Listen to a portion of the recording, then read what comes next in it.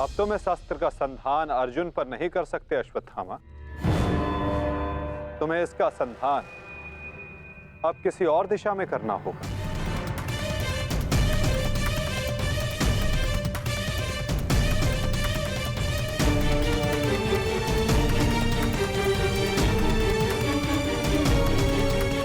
वासुदेव, इस युद्ध में हमारे नाश का कारण केवल आप हैं। आप महामहिम भीष्म से लेकर मेरे पिताश्री की मृत्यु तक, कर्ण के वध से लेकर मित्र दुर्योधन की पराजय तक, इन सब का कारण केवल आप हैं। केवल आप। तो क्यों ना इस ब्रह्मास्त्र का संधान मैं आपके ऊपर कर दूं और अपना और अपने पक्ष का प्रतिशोध लूं।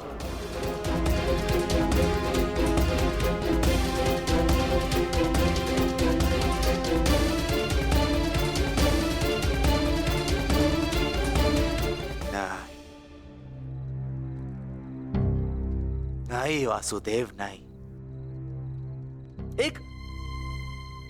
एक साधारण से ग्वाले पर मैं अगर ब्रह्मास्त्र का संधान करूंगा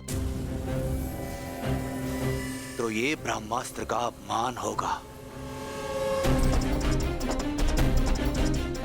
वासुदेव, तुम्हें तो इस महाविनाश की ग्लानि से ही मर जाना चाहिए।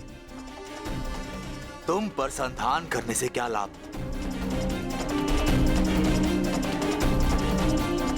ज्येष्ठ भ्राता युधिष्ठिर, क्यों ना मैं इस ब्रह्मास्त्र का संधान तुम पर करूं?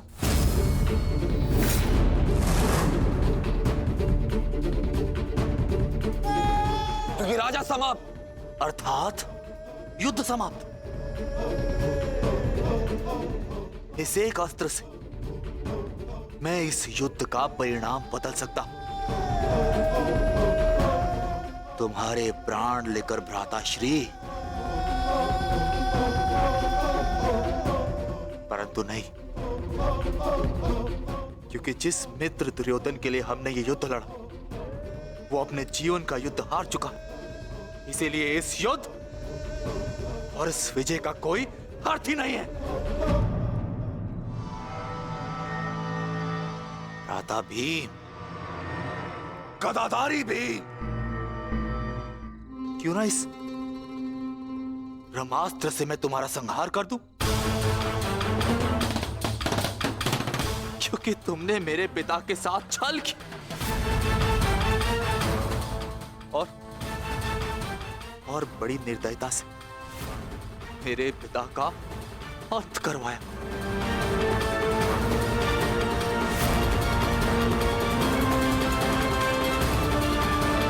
परंतु नहीं। बताइए वासुदेव कि मैं इस ब्रह्मास्त्र का संधान किस पर करूं? उत्तर दीजिए वासुदेव, उत्तर दीजिए।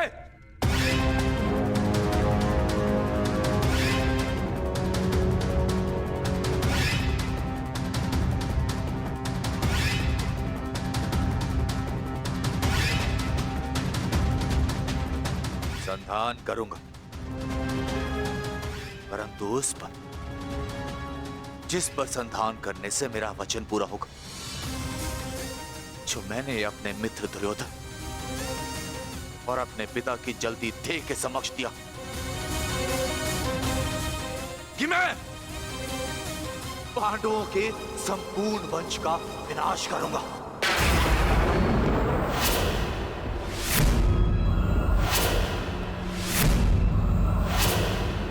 मैं द्रोण पुत्र अश्वत्थामा ये कामना करता कि मेरा ये ब्रह्मास्त्र गिरे उत्तरा के गर्भ पर, जहां पांडवों के वंश का अंतिम बीज पल रहा है। अश्वत्थामा!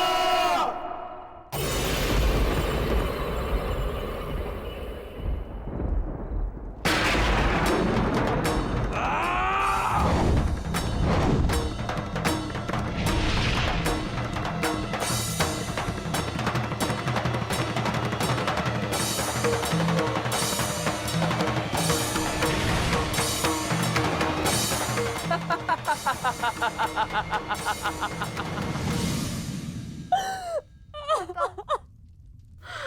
सब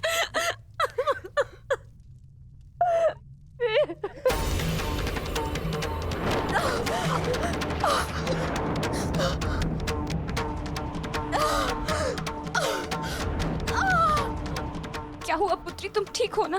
पता नहीं माता, ऐसा लग रहा है जैसे किसी ने मेरे घर पर प्रहार कर दिया हो।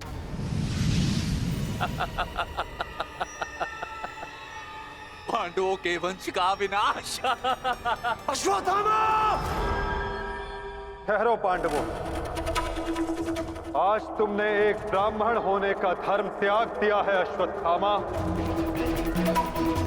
अपने इस दुष्कर्म के कारण आज तुम ब्राह्मण नहीं रहे, अपितु एक राक्षस बन गए हो।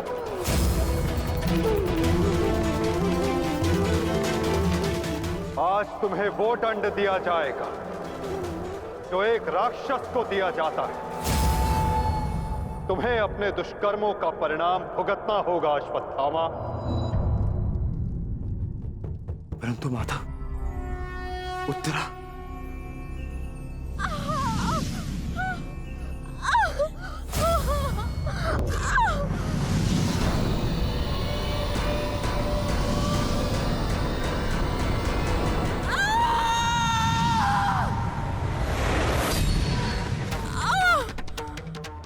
ब्रह्मास्त्र उत्तरा के गर्भ में प्रवेश कर चुका है पार्थ।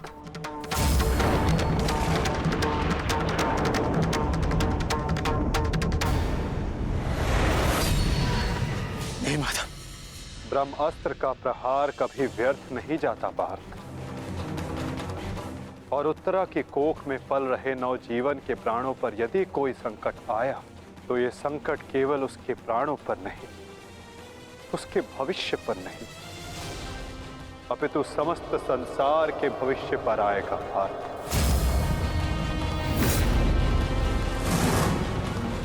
ये इस युग का अंत कहलाएगा पार्थ। अपितु इस नवजीवन की सुरक्षा करना आवश्यक है। धर्म के रक्षण के लिए इस नवजीव का जीवित रहना आवश्यक है पार्थ। माता रक्षा कीजिए, मेरी संतान पे कोई संकट आ रहा है। माता रक्षा कीजिए, रक्षा कीजिए। कुछ कीजिए माता, वैसा अनर्थ मत होने दीजिए।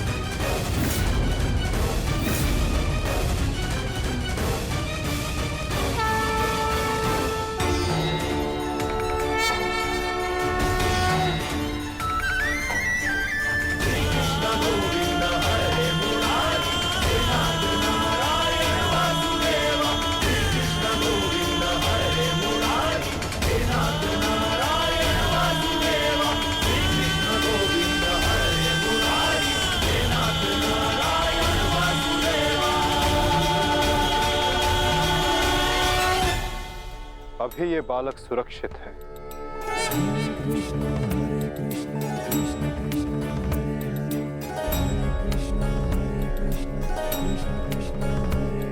किंतु ब्रह्मास्त्र रूपी काल अभी भी इस पर घात लगाए बैठा है।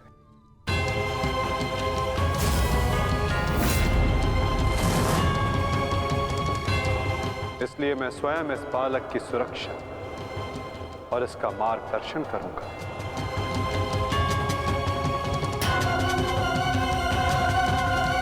परंतु इस अद्भुत बालक की परीक्षा की घड़ी तो अब प्रारंभ हुई है। एक योद्धा की भांति इस बालक को इस संसार में जन्म लेना होगा, जो धर्म के मार्ग को प्रशस्त करेगा। एक योद्धा इस संसार में आने के पश्चात युद्ध लड़ता है, किंतु इस बालक को जन्म लेने के लिए संघर्ष करना होगा और जीवन की ये परीक्षा इसे स्वयं देनी होगी।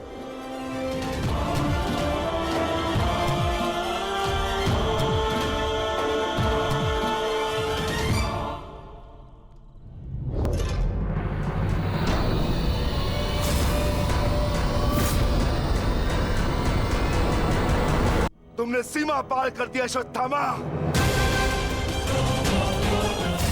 अब मैं तुम्हें जीवित नहीं छोड़ूंगा। सच हो जा मरने के लिए अश्वत्थामा।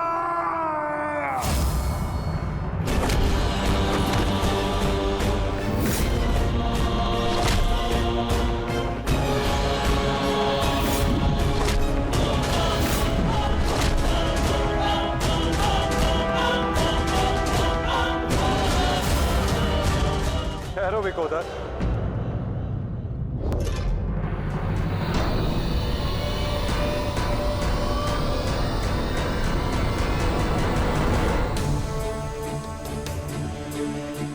अश्वत्थामा तुम्हारा गुरु पुत्र है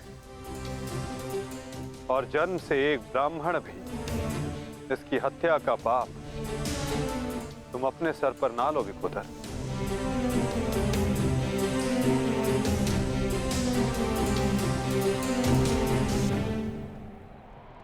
किंतु माता, इसने जो किया है वो क्षमा के योग्य नहीं। अवश्य पार्थ, अश्वत्थामा ने जो किया वो क्षमा के योग्य नहीं है। अश्वत्थामा को दंड अवश्य मिलेगा, ऐसा दंड कि आने वाला संसार सदा स्मरण रखे कि मूर्खता और खीज में किया गया कर्म सदा विनाशकारी सिद्ध होता है।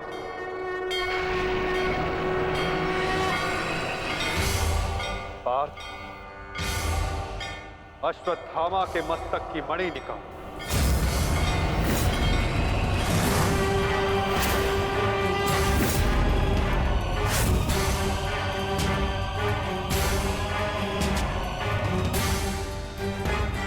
नहीं वासुदेव, आप ऐसा नहीं कर सकते।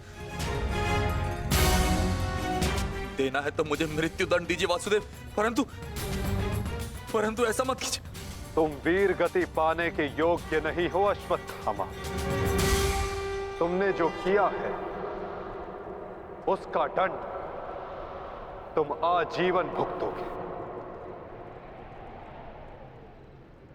पार्थ,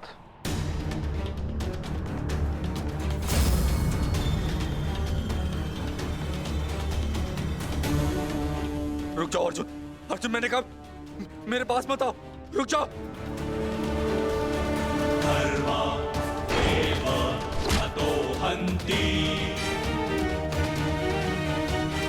धर्मो रक्षति रक्षितः। तस्मात् धर्मो न हन्त्यो। मानो धर्मो हतो वधि।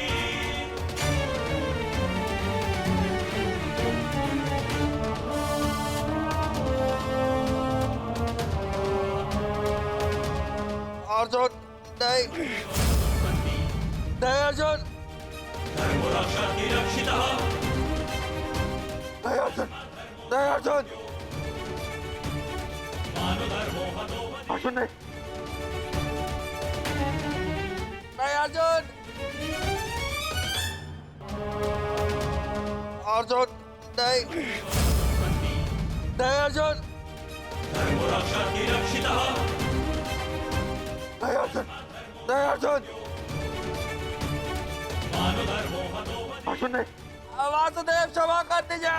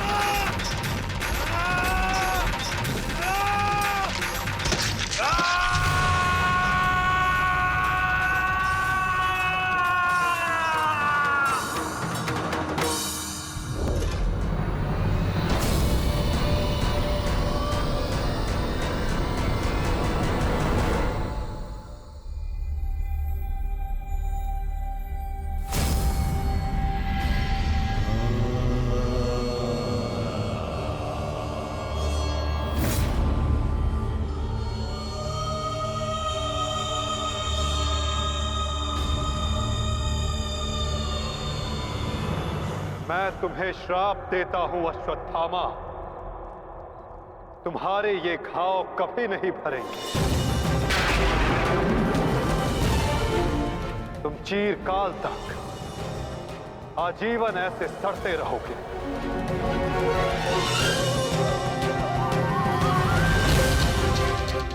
ये घाव लिए तुम जीते रहोगे अश्वत्थामा, और कलयुग तक समस्त संसार को संदेश दोगे कि पाप का भार असहनीय होता है। नहीं नहीं नहीं नहीं नहीं वासुदेव, वासुदेव मुझे क्षमा कर दीजिए, मुझे मृत्यु दे दीजिए वासुदेव, परंतु ऐसा मत कीजिए। नहीं गुरुपुत्र, अब से तुम्हारा जीवन ही तुम्हारा दंड है।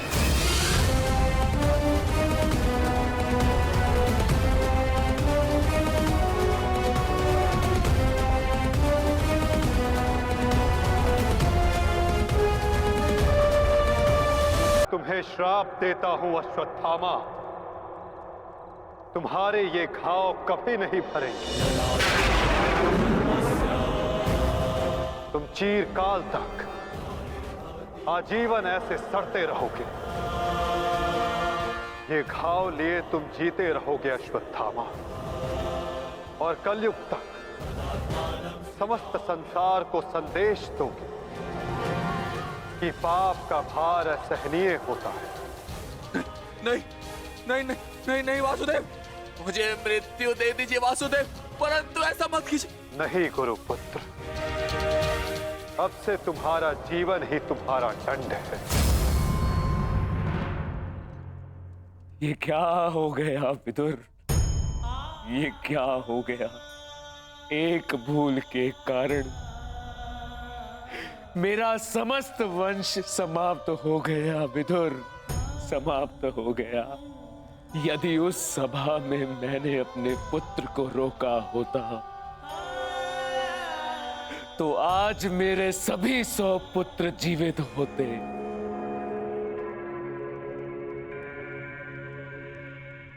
किंतु अब समय आ गया है पश्चाताप करने का।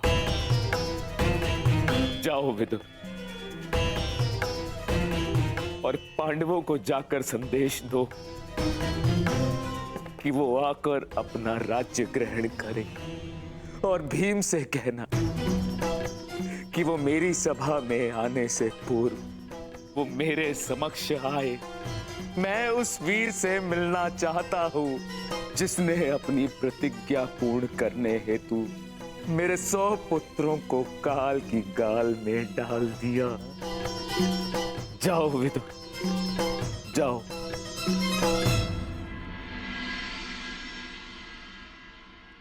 महाराज धृतराष्ट्र की आज्ञा का पालन अवश्य होगा महात्मा विदुर।